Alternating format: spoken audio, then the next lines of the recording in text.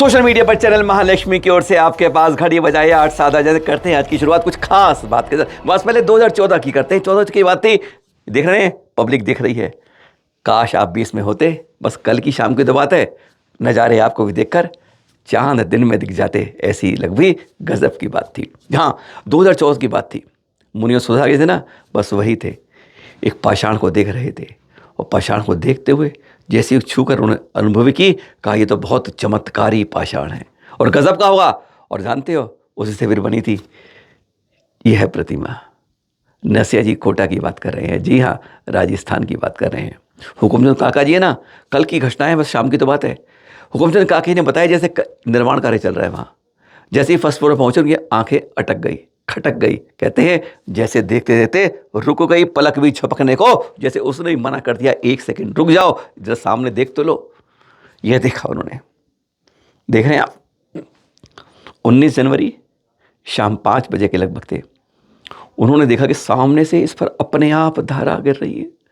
अरे अभिषेक करके सब कुछ सब करे, परिमार्जन करके सब कुछ था। अरे 2 बार पहले भी चक्कर लगा चुके थे, कुछ नहीं था। पर अब तो यह जैसे आसपास से देखा, कोई और तो नहीं, कोई गलती से पानी डाल गया हो, जल डाल गया हो, रोकूंगा टोकूंगा कहूंगा, पर नहीं, ये तो अनवरत चल रहा है। और कहते हैं ये बात सूचना जंगल की आग की तरफ फेंक लेंगी और फिर लोगों का जुड़ना जुड़ना, नमोकार मंत्र और जाप करने शुरू हो गए। यह घटना 1 तारीख को फिर हुई थी, 1 साल पहले। चले महालक्ष्मी ने आपको दिखाया भी था। और कल जिज्ञासा समाधान में किसी ने पूछ लिया सुधा सागर जी महाराज जी से कि गुरुवर आपने जो चमत्कारी पत्र देखा था ना कोटा में, आज उसने फिर यह रंग दिखाया है। उन्होंने पूरी कहानी 2024 की फिर बता दी कि 2024 में ऐसा ही हुआ था 1 तारीख को, जब फिर अतिशय हुआ था। उन्होंने कहा था इस पाषाण में बहुत कुछ है और यह अपने रंग दिखाएगा, समाज को भी और समाज के लिए भी। यही तो देखने की बात थी कि यहाँ पर 1 2 3 4 हमारे पास 5 घंटे का non stop without cut video दिखा रहा है कि लगातार यहाँ पर किस तरीके से अभिषेक हो रहा है। जी हाँ, करने वाला कोई नहीं है, करने वाला तो है, पर वह अदृश्य रूप में कोई शक्ति है। कोई कहता है ना, कई लोग कहते हैं पत्थर के अंदर से, पाषाण के अंदर से जब ठंडा गर्म होता है, बाहर ठंडा हो अंदर गर्म हो तो अपने आप निकलता है। पर ऐसा कुछ नहीं था। अरे पाषाण तो कई और भी थे, कहीं भगवान के स्वरूप में और कई बस ऐसे ही रखे थे। पर हर जगह देखकर यह अंतर दिख रहा था। अरे बहुत कुछ बता रहा था जो गुरुवर ने 2014 में संदेश दिया था। www, ये 3 W ना वेबसाइट के लिए भी आते हैं, पर यह रेसलिंग के अंदर देखने आप, ये दलीप सिंह राणा, इस नाम से कौन जानता है। अब मैं आपसे कहूँ द ग्रेट खली है तो हाँ, दलीप सिंह राणा, जिनसे आज नहीं बहुत दशक पहले जब रिंग में थे अस्से, तब चैलेंज महाराज बात तो हम बताएं आपको हकीकत के अंदर बताएं। हकीकत में हमने जब बुलाया था उन्हें कार्यक्रम ले जा रहे थे, प्रगति मैदान में बड़ा कार्यक्रम था हमारा, उसके लिए लेके जा रहे साथ में। हमारी गाड़ी में घुस नहीं पा रहे थे वो। हकीकत है, आंख देखी बता रहे हैं अपने साथ ले जाने की। तब उन्होंने कहा भैया इसमें तो फट नहीं सकता, ये तो हम आपके लिए छोटी सी आप वो ले आए हो। कहते हैं आप वो सोप की पैकेट ले आए हो, मैं इसमें नहीं जा पाता हूँ। तब उनको देखा था वास्तव में। और अब ये देख रहे हैं आप, पहुँच गए कहाँ, मैदान छोड़ संतों के पास, जैन संतों के कुंभ में। जी हाँ, अब पंजाब में रहते हैं, तब दिल्ली की बात कर रहे थे। पंजाब में रहते रहते पहुंच गए उत्तर से दक्षिण में। देख रहे हैं अब ये हुबली में, वरूर में, नवग्रह तीर्थ पर देख रहे हैं आप और हम किस तरीके से दृश्य हैं। छोटे साइज के लगते हैं सारे। गुलिवर की स्टोरी देखिए ना आपने कि गुलिवर इतना बड़ा लोग लेके से बांट रहे थे, सीढ़ी चढ़ के चढ़ रहे थे पर, बिल्कुल ऐसे ही देख रहे हैं। यह आज भी उनकी शक्ल, सब छोटे दिख रहे हैं और ग्रेट खली अपने साइज से अलग ही नजर आ रहे हैं। देख लीजिए, आपको कहीं अंतर नहीं दिख रहा होगा।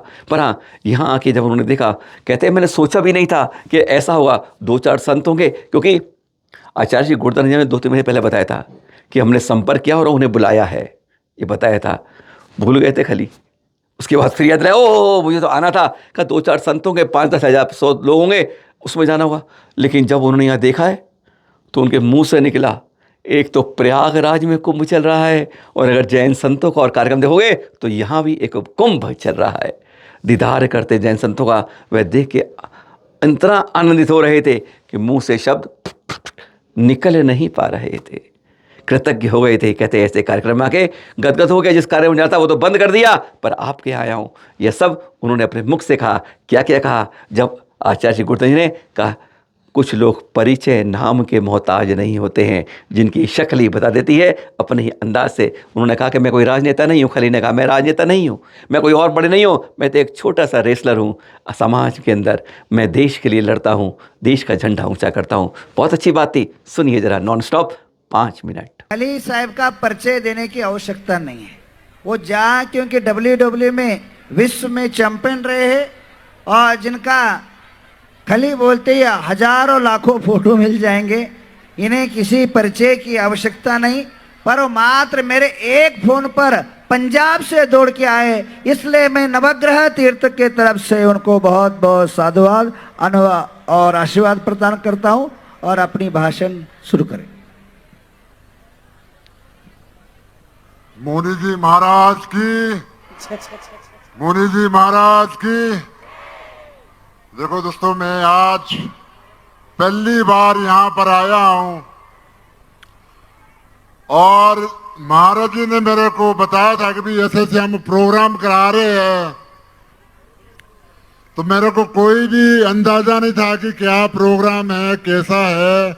मैंने कहा होंगे शायद 2-4 संत या थोड़े बहुत मतलब भक्त होंगे, लेकिन जो यहाँ पर आके मैं देख रहा हूँ, यहाँ तो पूरा जैसे बोलते एक कुंभ का मेला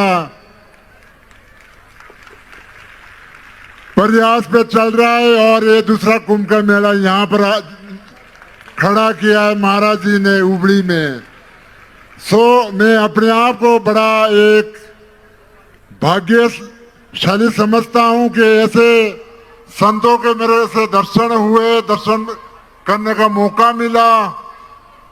तो मैं महाराज जी आपको बहुत बहुत कोटि कोटि प्रणाम करता हूँ। आपने मेरा जीवन एक सफल किया है।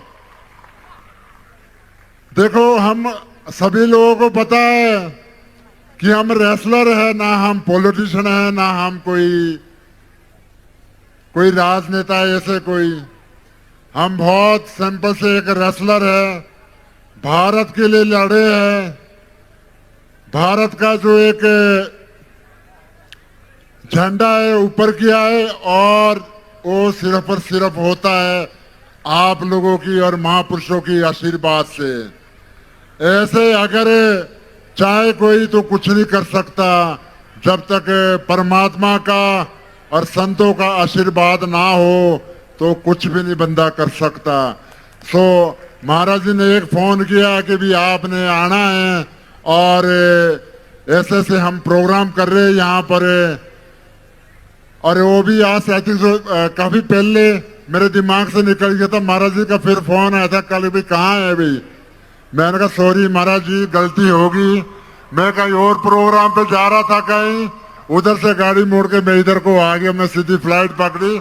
मैं कहा नहीं, मैंने कहा जो महाराज जी ने बताया है, आज से 2-3 महीने पहले बात हुई थी, लेकिन मेरे दिमाग से कहीं निकल गया था, बिल्कुल टोटली निकल गया था।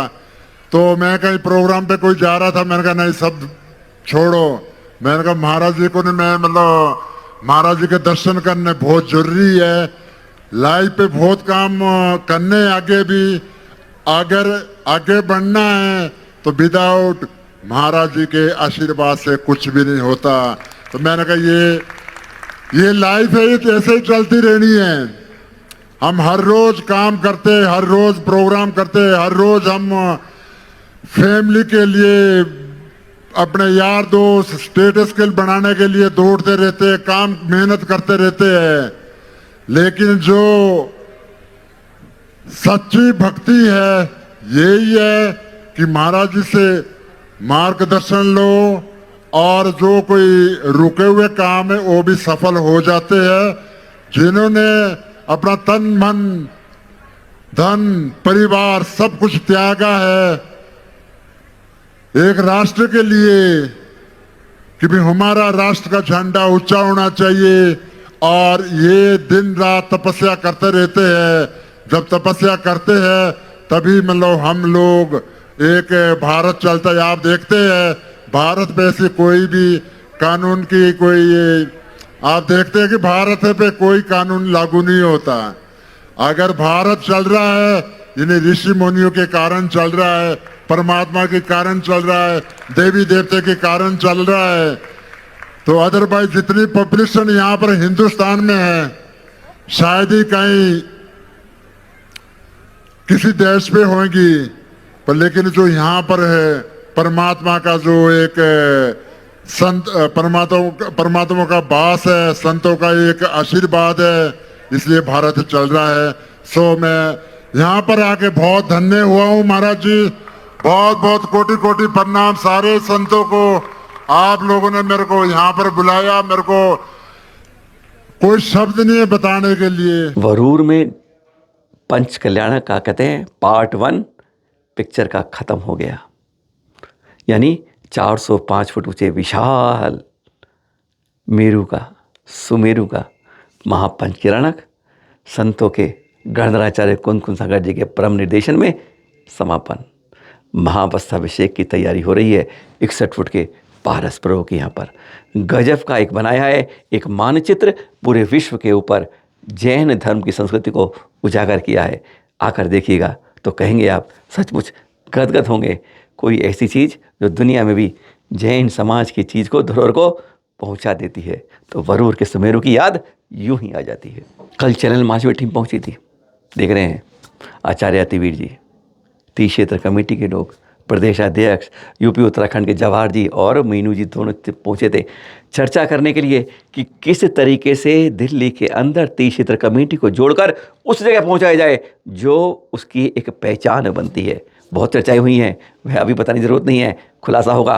पर उन्होंने कई महाराज जी ने बात बताई कि इस तरीके से हमें आगे बढ़ना चाहिए, हर के जन जन तक पहुंचना है तो रास्ता कुछ इसी तरह जाता है।